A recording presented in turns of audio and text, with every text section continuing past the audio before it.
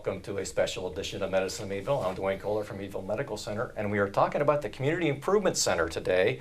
You've all heard about Make a Difference Day in the past, and it's more than just one day nowadays. So let me introduce our guest, Dave Roncolato, Director of Civic Engagement from Allegheny College. Good to be with you, Dwayne. Marissa Lyons, the Executive Director from our local United Way. Welcome, guys. Thank you. Dave, you and I think, have been on committees about this stuff for 20 years now, or something like that. Give us some history. Where'd this all come from? Tell us, where it started. And well, we want to blame our good friend, late friend Dwight Haas for where this whole effort started. Back in 1994, he approached us and said, we could do better if we coordinated the efforts of Make a Difference Day, United Way's Day of Giving, and the colleges Into the Streets effort, and brought it all under one umbrella. And so in the gentle way that Dwight was able to ask folks and get people to come on board, he launched the Make a Difference Day effort with core partnerships with United Way, the Meadville Tribune, Allegheny College, and the Meadville Medical Center. And those core partnerships are still a part of our efforts today. And in some ways, what we learned from the work of Make a Difference Day was that a day is not enough. Our community needs exist throughout the year. So we built on what we learned, the relationships that we developed and the partnerships that we developed through Make a Difference Day to say we're going to do this for more than just one day a year. I can speak very specifically about the experience. Folks would call in with critical home repair needs, and we would do what we could on that day. And then we couldn't meet all the needs, and we said, well, good luck, call us again next year. And it just was elevating expectations in our community that we couldn't meet. So out of that work, we made a commitment that before the next Make a Difference Day, we would have a community improvement center to do this work throughout the year. And so back in 2004, a decade later, we started the French Creek Valley Community Improvement Center, which was a name of a committee defined by a committee, and it was too long, and we shortened it to just the Community Improvement Center, also under the United Way umbrella. So that began in 2004 with one of our first AmeriCorps Vistas.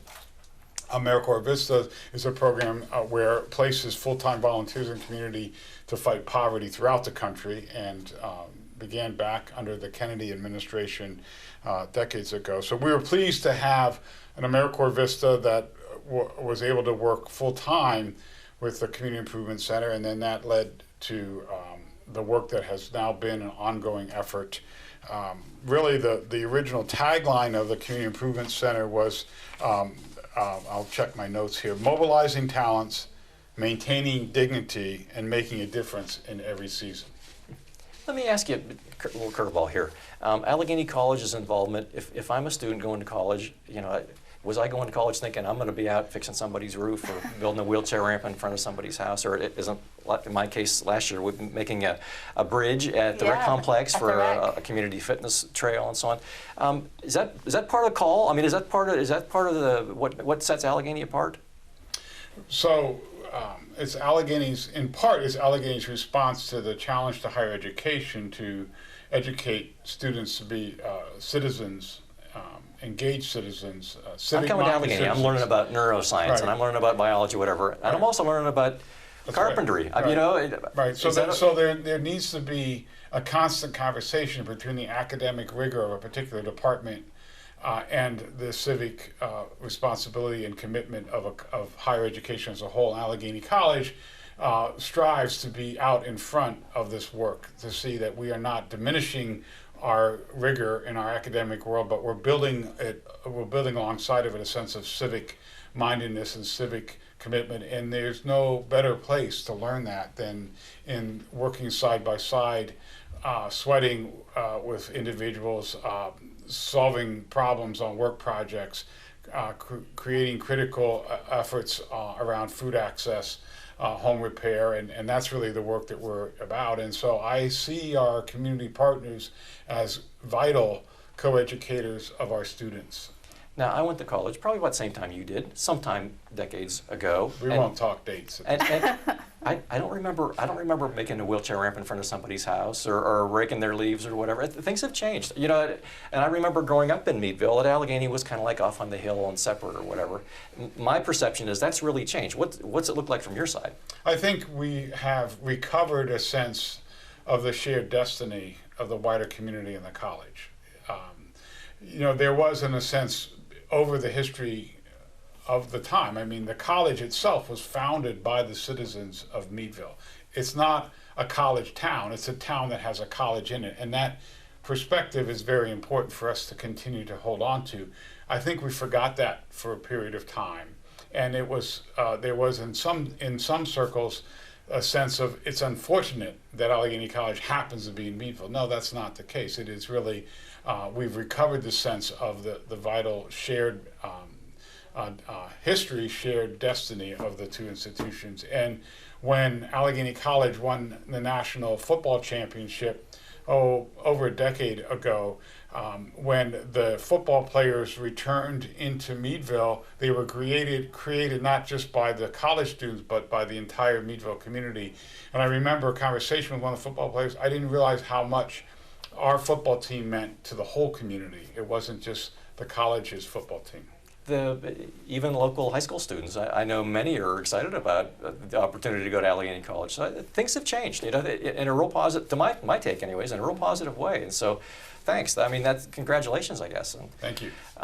Marissa, United Way it is not just a name on the you know, with all the sponsors or whatever. You're what's kind of like drives all this thing, you know, and holds it all together. You know? It's a lot of work. It's about well, we started this year. What month did we start? April. We started in April, and it's not until October 15th this year. So it's a lot of prep. We go to all of the sites. We visit every single, we have hotline that opens, and we get all the phone calls and process all the applications and coordinate the volunteers and all the programming. I know I went with you the other day to the warehouse and saw all the warehouse. spare parts, the things left over, and the tools that are needed, and all that kind of stuff. So you don't think about that stuff that's behind the scenes or off. You know, there's a whole lot to that. The tool coordination is a huge part of Make a Difference Day too. But we have a partnership with Home Depot, the Good 360 program. It's a product donation. So any excess products from Home Depot and instead of staying within the store, all excess materials from the store, instead of going to landfills or back to another area, they keep it within our area by donating it to a local nonprofit. And we are that nonprofit that actually partners with them in our area. And they give us anything ranging from doors to windows to flooring. And we store that in our warehouse. And we use that for any critical home repair that we can use those items for throughout the year, and Make a Difference Day especially. So Make a Difference Day. So last year it snowed on us, I know. And I had hail balls like hitting me in the head at 5 a.m. in that morning. Like, so if you were, let's say you were going to do a painting project, that's someone's house desperately needed painted, that really wasn't going to work very well on a snowstorm, right? So then the day component of that, you know, maybe the year-round, that's probably a good thing. So how does it work? So, I mean, we do what we can do on the day, and then if they're postponed, then we still coordinate with those volunteer groups to do those later on in the year. And last year it was weird that it snowed in October, but November it was beautiful. So we got some projects done between Make a Difference Day and the middle of November, and then we kind of go into a lull around the holidays, and then we do a spring build season. So back in February we started coordinating some projects to do on spring build. I know I was very pleased to get the help, not this year, but the previous year, with a person who needed a ramp, and we had to shovel snow out of the way to get the place for the ramp to be put in place. And students who didn't go on spring break to Florida, they spent their spring break working on a ramp. And I know that because I was with them several of the days, so along with Clark Hoffman and some others who helped pull all that together. But so the day itself, if it's, I'm making this up, if it's October 15th, okay, that might be a good day to rake some leaves and whatever, but if it's snowing, it's not a good day for painting. If you have the project in September, there aren't going to be any leaves to rake, and there's not going to be getting my house ready for winter, because winter's still 2 months away, kind of a thing or whatever. So the whole idea of it's just one day a year, that doesn't really fit perfectly. No. It helps. I mean, yeah. It's a great day for a culmination of events to happen and to really celebrate our volunteers who really work throughout the day, but and throughout the year, I should say. But it just can't be done. The magnitude of requests that we have, it just can't be done in one day. So things are changing a little bit. We started offering Make a Difference Day, with the vision that Dwight had was opportunities to rake leaves and clean windows and do fall cleanup projects, some cleaning, and that was fine. We could do that on a day.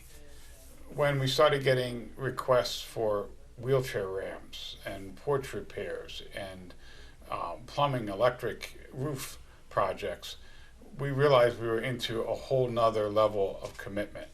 And that's the area where we found it's important to think about more than a day.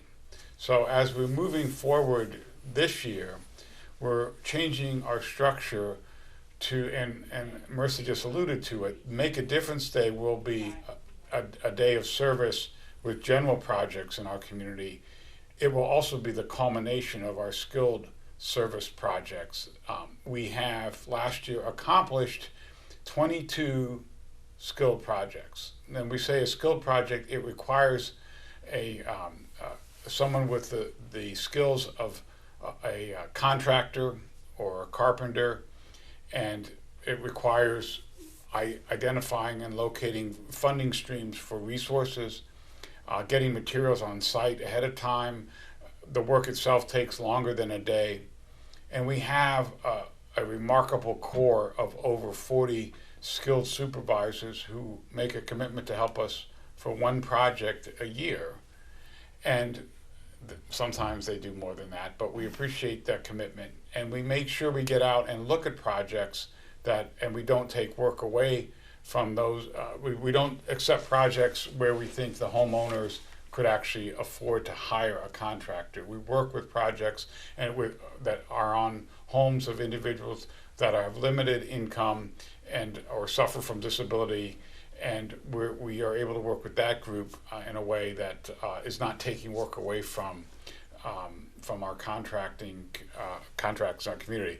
So what we're doing this year, to make it short, is we're having a meeting of our skilled supervisors in August with the idea that they are beginning their skilled projects in September with a cohort of high school students and college student volunteers to help complete those projects by the mid-October Make a Difference Day, and we'll celebrate what we have, and we're gonna celebrate because we're gonna have the before and after pictures, and we're gonna have a great PowerPoint slideshow that'll demonstrate just how much can be done by a community such as ours, where there is so much commitment to positive good. I know from personal experience, I would put myself in the category of amateur carpenter, which I don't know how, but somehow that got me moved up to skilled supervisor, which always makes me a little uncomfortable because I think of amateur carpenter is a better one. I had the hockey team with me one time making a ramp. I had girls. I think it was volleyball or softball team. Last year we had a fraternal group from Allegheny, and we were working on those bridge projects up at Tell us, the Dwayne, rec about complex. the time you had to work with the We had delegation Russians. from Russia. We had Russians one time that didn't speak English. Yeah, that was an interesting one. Yeah, so it's as you said, it's a community-wide effort, and I get a big kick out of having young students. Russians were good too. I bet young students that maybe they'll have an interest in somewhere down the road, helping out somebody else. And with my hospital hat on, I would get calls from time to time from our discharge planning folks. It's like, well, this person had a stroke and they're not confined to a wheelchair, and we can't get them home until they can have a ramp to get them in and out of the house, and could that be one of the projects? And so those things have come up many times. I couldn't even remember how many times those things have come along. So it's very, very involved. And again, if it's just one day in October, that doesn't necessarily work perfectly for everybody. So, so if I want to help, if I need help, what do I do? They can contact the United Way. Our phone number is 814-337-1251. You can talk to myself or Sydney. Sydney is going to be our CIC coordinator starting August. So all you have to do is give us a call. We'll put you on the list, and we'll make any contact necessary at the time that we have the projects picked out, I guess. One more personal story about that too. Yeah. I volunteer. I think I might get more out of the thing than the person receiving it. It's a blast. I mean, you feel so good after that you help somebody, and you get to do something that's kind of fun, that maybe you don't get to get dirty, So I don't get to participate because I'm at Command Center. So you're doing all the logistics behind the scenes stuff that nobody ever sees. I am, because you have to have haulers that come and pick up all the garbage and all of that. But literally, my toolbox is a Ziploc freezer bag at my house. Like, I never had a toolbox, and then I get involved in this thing, and I was like, I need a toolbox. Like, I really do. So Christian Marr from the Crawford Harris Community Foundation actually bought me one for Christmas. You got a toolbox? Hey, yeah, there you and go. I now have a hammer, a screwdriver, and I went to a dinner, and Channellock had wrenches as dinner. On our dinner plates, because they were Like a a sponsor. favor? I was like, now I have Yeah. 3 tools. Super excited. So, and I have hedge clippers now. So I feel like this whole CIC Make a Difference Day thing is making me a little bit I think handy. I see a new skilled supervisor. Can I say a word Yes. about tools?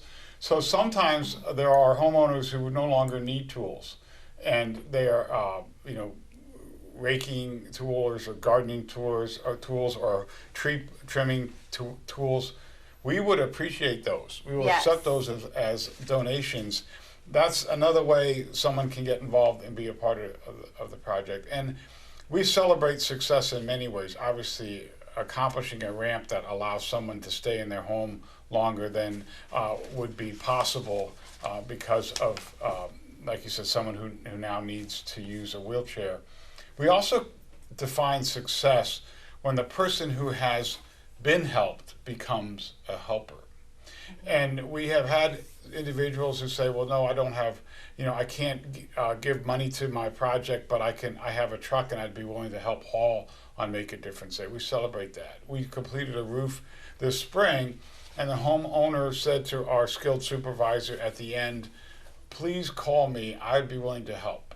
The person helped throughout the project at their home, and in talking to him, he said, I want to volunteer. It's what's going to keep me alive. And spirit is what he was speaking of, keeping me alive in spirit. So it is contagious when we have our community come out in such large numbers to be part of these projects.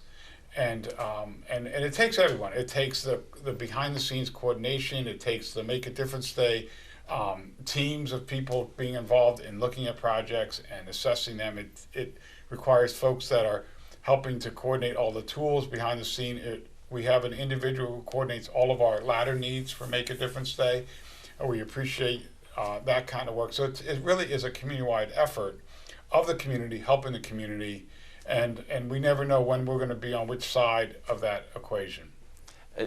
Also, I'm thinking about what you said. It's way back in the beginning with Dwight, help folks stay in their homes. They want to stay in their, for the most part, folks want to stay in their home, and just all these things I can't keep up. And those of us who have aging parents, maybe you're hearing some of those stories on a pretty regular basis. And I understand that. I understand. Okay, it's I don't want to go to a nursing facility. I want to stay in my home. But how can I get these things done? So here's a way to get them done. And another big thing that I want to say is I don't think it works very well without the hundreds and hundreds of Allegheny students who come out for the day. Right. That really it wouldn't. I don't think it would work otherwise. And we'll get a group that'll come and maybe be gone for a few years and come back. And my Meadville Medical Center group, the first year we had 30 or 40 people. Well, then one of them had Cub Scouts, and one of them had a ball team, and so pretty soon they all broke off and had their own groups. So I'm trying to assemble another group again over and over again, which is okay. That's last year I had 3 doctors on our group. You did. Several. I think it was girls volleyball, and a fraternal organization from Allegheny, guys who dug the holes for the poles for the bridges to go on the ground, and so it was a good team. I'm happy to say that it wouldn't have worked without all of them being there. And Dwayne was on the project till late into the evening that And then day. the next In the day. snow. And the next day. I got you pizza, though. I appreciate Thanks for the the pizza, yes. involvement of not just our students from the college. I appreciate other folks. For example, Derek Lee, who works in our public relations office, was assigned to go to the various projects for Make a Difference Day to take pictures of the students being out He put away his camera and right. jumped in our project. So at the end of his last picked up a shovel. his last assignment was the Meadville Area Recreation Complex, and he realized that there was a lot of work still to be done, and he didn't have any more assignments he had to do. So he put his camera in his car, came out and found a pair of gloves, and went to work. And that's the contagious nature of this work that we're a part of together. Maybe I'm not an expert at something, but I can certainly work a shovel. And he did. He put away his camera and jumped right in there and grabbed the shovel. And yeah, the hole was in a little bit of a wrong spot. So. All right, we'll make sure we're correct. Direct him next He time. moved the hole. No, he's the one who moved the hole to the right spot. Oh. So, yeah, Okay, yeah. good. Okay, Point that's for good. Derek. Make sure we're clear about that. That's No, good. I appreciated his help, because by that point several had drifted away, and we were down to just a few left and trying to put that full It's a court long press on day. to So get finished I have up. to share one other story that I've enjoyed. Our beloved former president, Richard Cook, was coming to town the week to start at Allegheny College. The week, his inauguration week was the week of Make a Difference Day. Ah. And so I get a call that the folks planning his entrance and all of the ceremonies and everything else wanted some input from me, and I was like, obviously this is a mistake. What would the director, at the then director of volunteers and community service, have to do with the installation of a new college president? Well, Richard Cook had actually seen what was going on that week and saw what we had Make a Difference Day there, and he wanted to know what it was. And so he said he wanted to come and help. And the response I gave to them to pass on to him is the response I have to anyone who says they want to get involved. I said, what's the skill set that you have? And Richard Cook, by way of this committee, communicated back to me that he had roofing skills. And we said, great, then we'll find a roofing project for him. And the only glitch was his first roofing project, the week he was being installed as president, happened to be a very steep roof on Spring Street. And I was particularly concerned that if he rolled off the roof and sprained an ankle or broke a leg, he would go through his installation with crutches, and I would be in serious trouble looking for a new job. But even till his last year here, he still contributed, and I did get marching orders that I had to keep him on the ground after a certain point. But he still wanted to be up working on roofs. And so that kind of commitment was something that he certainly saw as important. And Jim Mullen has picked up the flag and kept that commitment. Jim's involvement, his skill set is he's willing to work at any time of the day or night, and so he comes early on Make a Difference Day. Like we're talking, the diamond gets to be set up about 6:30 a.m. And Jim, year after year, is there to help the students move all of the tools and all the supplies and get the diamond set up for the big kickoff that takes place. And we really appreciate his commitment to that as well. I have a similar story. I remember when the free clinic was opening, and Dwight Haas had been our general contractor and arranged for volunteers from UPS and other places that come in and help put it all together. Senator Bob Robbins, I think I'm allowed to tell the story now that he's retired, but Senator Robbins, I'll come and help, and it's like, oh great, I'll get the camera. No cameras. I don't want any, he mopped the floor and painted the wall. He and similar story to yours. I'm sure we weren't doing that for recognition, and I imagine Richard's probably okay with you telling the story now, but he wasn't doing that to be on the front page of the newspaper the next day. But folks come out and help, and however they can help. So. Well, guys, thank you very much. That was great. We got some more information coming up here that I think folks are going to find very interesting. Some new things going on. So we have a health tip for you today. Stay tuned for that. Well, hello, I'm Lauren Little with Meadville Medical Center, and I'm here for your tip of the day. And the tip for you is that we have a new program at the hospital that's been running for about a few months now. It's called Pass It On, and it's for those people who maybe don't have insurance or the money to buy like a walker or a wheelchair. And so you can come to our office and we will supply that for you. The office is open Monday and Tuesday from 8 to 4, and on Wednesday from 8 to noon. And our worker there is Bonnie, and she'd be glad to help you out. Like we said, we have walkers, wheelchairs, canes, bedside commodes, overhead tables, wheelchairs. So one way that we're able to supply those is people come and bring those things that maybe they've used in the past but don't have need of anymore. They bring them to us, we maintain them, we clean them, prepare them to go out to the community, and then people come in, they sign a short form, and we log that they took that out, and it's kind of like a lending library. We just ask that when you're done with it, you'd bring it back to us. And we've had a great response from the community, both with people bringing things in and also with those coming and using the resources that we have. And one thing that we're kind of a little short on right now is we don't have a lot of wheelchairs. We had a lot of people who needed those, and so if you happen to have a wheelchair at your home that's in good condition, we really could use that. We're also getting a little short on the bedside commodes. We have lots of walkers, but we could always take more if you have some of those. So we invite you either if you need those equipment or you would like to donate. Now our facility is in the Poplar Street building of Meadville Medical Center. It's on the main floor and it's in room 111. The phone number is 333-7037. And you can call that number anytime and leave a message, and we'll get back to you when Bonnie's in, and we'll be able to take care of it from there. Now, some of the things that we don't take because we don't have room for them are like lift chairs or a hospital bed. But what we do take care of is if you have those resources and you'd like to give them off to someone, then we'll take your name and phone number. When somebody comes in and requests those things, we'll give you a call, find out how we can get together so that you can be able to get those resources or give those resources away. So we wanted to make sure you knew about that. And that's our health tip for today.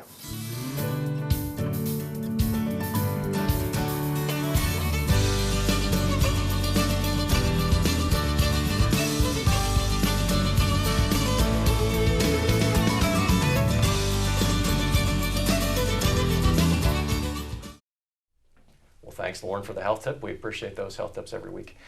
Joining us now, Krista Gear from Active Aging, the Executive Director, and Carissa Welker from the United Way. United Way, Yes. and you're the Davies leader. Yep. So you're going to be working on Make a Difference Day this year. So let me start with you on one thing. I brought along what Marissa gave me last year, a shirt that all the volunteers get a shirt. College kids seem to like that. They like getting a t-shirt for something. For sure. We had a special design last year in memory of my friend Dwight Haas. He had passed away last year, and so that was a very nice thing. And sort of you see a paintbrush and a rake and a hammer and so on. So we're going a different direction with our, now you're working on that, so I want you to talk about that if you would, please. Yeah, we wanted to make a new logo because we knew that the old logo was nice, but we wanted a more youthful, like eye-catching approach because a lot of students take place in it and the t-shirts are worn all around the community, so we wanted to make sure that would be very eye-catching and spread the information more. So I was in charge of creating a new logo for the t-shirts, and so we made a new design with a tree, and the leaves on the tree are handprints because Make a Difference Day is such a hand-on event. And Meadville's logo is like a tree, right? Very good. So it represents the city of Meadville, and then we have MADD, which is the abbreviation for Make a Difference Day, underneath the tree, and that is made out of tools because of all the tools that we use on Make a Difference Day. So that's pretty cool. I saw a draft of that the other day, so I think that's pretty neat. Yeah, thank you. So come out and make a difference and volunteer and get one of those cool shirts. Definitely. Okay. So how's Active Aging involved here? There's some pretty neat things going on. There are. Well, this past year we had the budget impasse that took us into 7 months with no funding across the Commonwealth, and there are agencies like ours in serving every county in our Commonwealth, and it put us in a different kind of position. We all cut back. We all started, conserving our money because, well, we didn't know how long it was going to last.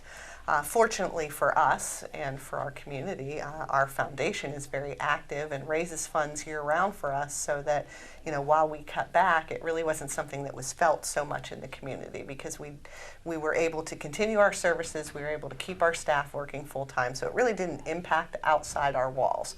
which was a great thing. But in other communities weren't so lucky. I heard about that on the news. Absolutely. On a pretty regular basis. Absolutely. There were services cut across the Commonwealth. There were staff laid off at other agencies. And because of that, when we finally got our block grant money, they were trying to scramble to figure out how we were going to spend that money. And knowing that that was going to be a challenge and that they were seeking new ways to spend that money, and knowing that the United Way has this going every year, I reached out to find out what we could do to help the seniors, particularly that are on that list. Of course, that's our mission, and our block grant money has to go for individuals that are over the age of 60, and they have to meet certain criteria.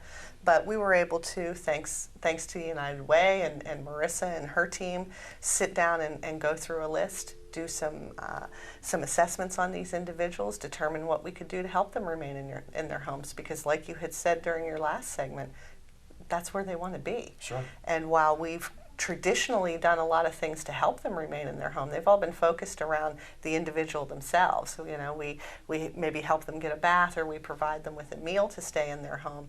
But those aren't going to work if the home's falling down around them. If the porch roof's going to cave in, and the city's kind Exactly. of like, we're going to condemn this house, and what, and maybe that Exactly. person maybe doesn't have the money to get a new porch roof put on. Exactly. So we were able to help a good group of people with those issues, and thankfully, the United Way has those connections already set up with contractors who are willing to do it, at not the same kind of rate that they normally would charge you or I if we had to have a roof redone.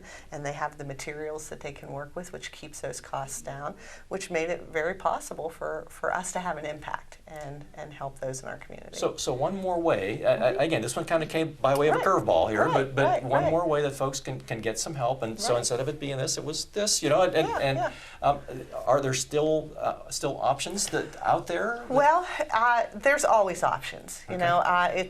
It's traditionally, if you can demonstrate a need and you can actually do some good in the community with the money, there's often ways for us to be able to ask for it again. Of course, our budget starts at zero July 1st every year. Whatever money we don't spend goes back. And it doesn't go back to the lottery fund where it comes Sure. from. It goes back to the general fund, and who knows what it's spent for Something there. else, right. Right, Okay. right. So it's not spent for seniors. So we work very hard to make sure we spend every dime we get Are we in full helping court this. full court press mode now? Yes, We're yes, trying to get yes, things wrapped we up? are. I think we've done very well. We will. Good, We good. won't be sending any back to the general fund. So Very good. we're excited about that. Or if it is, it's going to be a very minimal amount. So we're excited about that. And we've actually built it into our budget to help with this project going forward. But of course, when we start with zero July 1, and I don't know what this year's budget situation's going to be, we have to play it by ear for a little while. But our hope is that we won't be in the full court press. We did all of this since February. It was kind of a gamble for us to know that money was actually going to be there, and just working with Marissa and her team very, very intently over the last couple months. Would there be ways that folks could, get on a waiting list, or, hey, by the way, Sure. We used the United Way's list, so they mainstreamed all of that. They took care of all the onboarding of individuals that they already had. They did the evaluation of the projects to determine if it was something that would actually work and be feasible. And of course, we have limits to how much we can actually put out per project, but we were able to help just about every person on that list that was over the age of 60. Oh, that's awesome. So That's it was awesome. great. We were very excited to be able to do that. Well, creativity, that's a great thing. It helped It a lot is. of folks It in did. town. It did, And yeah. who knows, it may happen again, you're... Well, we're going to try to make sure it does. Try and make it happen. There Okay. you go. There you go. We're not just going to leave it all to chance. Okay. We'll push a little bit. So we're very fortunate. Well, Krista, tell us about you now. Do I remember right? You're from Cambridge Springs originally? Yes. Yep. I live in Cambridge Springs. I attend Allegheny College. I'm going to be a junior in the fall. This is my first summer with the Davies organization through civic engagement, but I've always had community service in my background, so it's a really exciting thing that I'm into this summer. So what's it like? I mean, now you're I really getting like it. again on the inside of something rather than... Yeah, it's so good. I'm only 2 weeks into it this summer so far, but everything I've seen so far has just been really eye-opening in the way of I know what exists, but now that I'm behind the scenes, I see how much work really goes into all of these events and how much these organizations try and really create a positive impact on our community, and it's been really nice to see. Now, when I was talking with Marissa and with Dave Roncolat a little bit earlier, I think I enjoy maybe more than the person who benefits from it. I enjoy the carpentry project, and I love having students, who come along and they really get into it, Yeah. You're actually similar age to my own children, so my looking at it, I'm sure is much different than yours, but make the sales pitch. What would you say to someone your age, about this kind of work? I think it's really, really important to give back to the community that you're spending so much time in, whether you grow up in the community, which I have in a way in Crawford County, or you're just here for school, or you're here on a job. And I think it's really important to leave your impact wherever you go, and Make a Difference Day is a great way to do that because it makes an everlasting effect, and you really walk away from it feeling so cheerful and so excited that you're able to help someone else, and there's really no feeling like it, and it's a lot of fun. You meet a lot of new people. It's a really great day to get involved in your community while also helping people around you.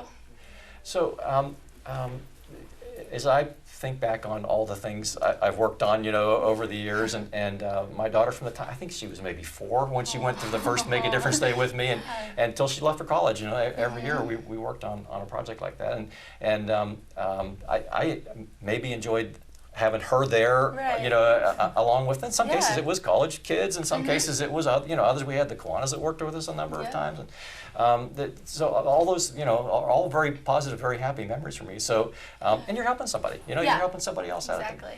Well, we'll talk about your future. What do you see down the road for you? What's in your plans? Yeah, so I'm going to finish my 2 years of my undergrad at Allegheny, and then I want to go on and get my master's in psychology. And so I'm looking into pediatric clinical psychology. So in a way that's continuing to help people in a different area and more medicine, but it's definitely looking exciting, and I'm ready to start on that path. And I think this is a good first step. Good for you. Well, Krista, you and I are on a different committee about seniors and trying to help avoid abuse and frauds that come along or whatever. Absolutely. I know that's slightly off the topic today, but Sure. how's that going? I mean, how's that? It's going very well, actually. Just Wednesday, I believe, was the 15th, and that's World Elder Abuse Day. It's an opportunity to recognize, what everyone does in the community to try to avoid having seniors in that position where they're at risk for being abused, neglected, exploited. You mentioned fraud and scams, and that's probably the biggest challenge we face as, technology changes and information becomes more and more available. Our seniors are at risk all the time for that information getting into the hands of somebody who tries to use it in a way that benefits only themselves. Let's take this from another angle. Let's say maybe the kids have moved away and we have a senior that lives on my street or whatever, and I'm concerned, that maybe they need some extra attention. What would I do if that comes along? You call us at Active Aging. Okay, I'm not right. Absolutely. So I don't want to stick my nose in someone else's business. Sure, on the other hand, I don't want them to Right. Well, and everyone, well, not everyone, but some people have the perception that we're going to go in, full force and try to force people to go into a nursing home. That's never our goal. We want people to have a choice and a voice in where they are and what they have going on in their lives. There may be some help that can help them not have to go in and help them stay in their home, right? Yeah, we focus on that primarily. Our staff will do an assessment, determine if there's some things that we could put into place that would help them. Maybe, they're not able to get around the home as well as they used to, and it's as simple as providing them a meal, so that they don't have to try to stand at the stove or stand at the sink to wash dishes. That can help someone immensely. You got to have the nutrition to be able to keep your health, where it needs to be for you to remain in your home. So we do things like that. We also provide assistance with somebody who just needs help getting in and out of the bathtub.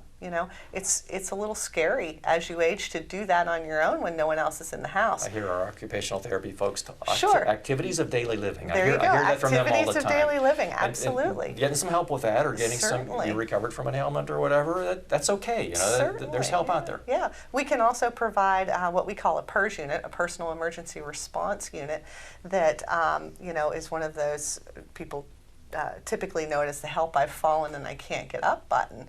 And you know, a lot of people scoff at that, but you know, both my sons went off to college. I'm home alone. I can't tell you the number of times I've almost fallen down the steps and thought, I wonder how long it will take someone to find me.